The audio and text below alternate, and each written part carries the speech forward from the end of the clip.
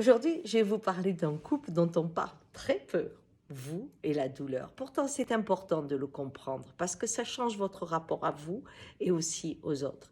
Quand on est malade et qu'on souffre beaucoup, eh bien, il y a le monde extérieur, vous, et entre les deux, la douleur.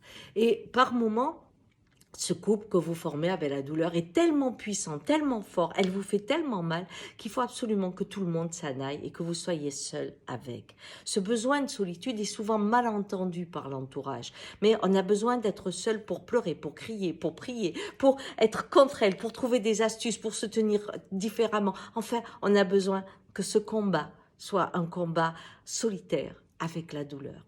Et puis, il y a des moments où c'est l'inverse. Quand la douleur est là, qu'elle nous surmerge, on a besoin de bras, on a besoin de regards, on a besoin de témoins qui disent oui, tu rêves pas, elle est là et tu es courageux et tu es toujours là, elle n'a pas gagné.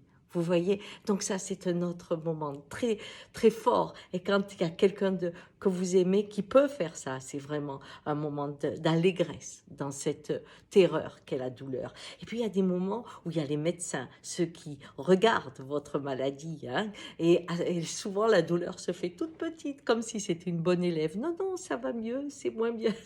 On n'ose pas. Des fois, on a même honte de dire qu'elle continue à être présente.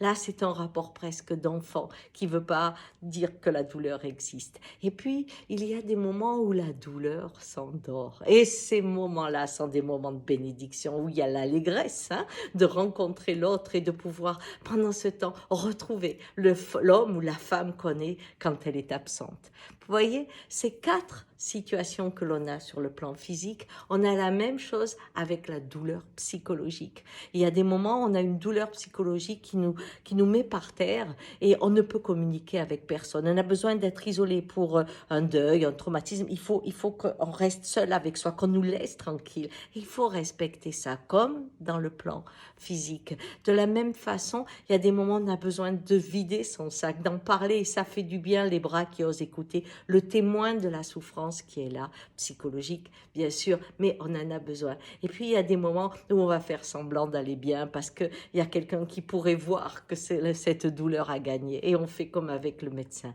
Et puis, il y a des moments, on a trouvé un peu une clé, une porte pour sortir de cet enfer. Et là, on jouit de l'expérience d'une certaine façon. Voilà, 4 temps pour la douleur physique, la douleur psychologique. Et ceux qui sont à côté, ressentez cela parce que quand on le comprend pour soi, on peut accompagner l'autre autrement. Allez, belle route de compréhension pour ces étapes de vie qui sont tellement douloureuses. Ciao!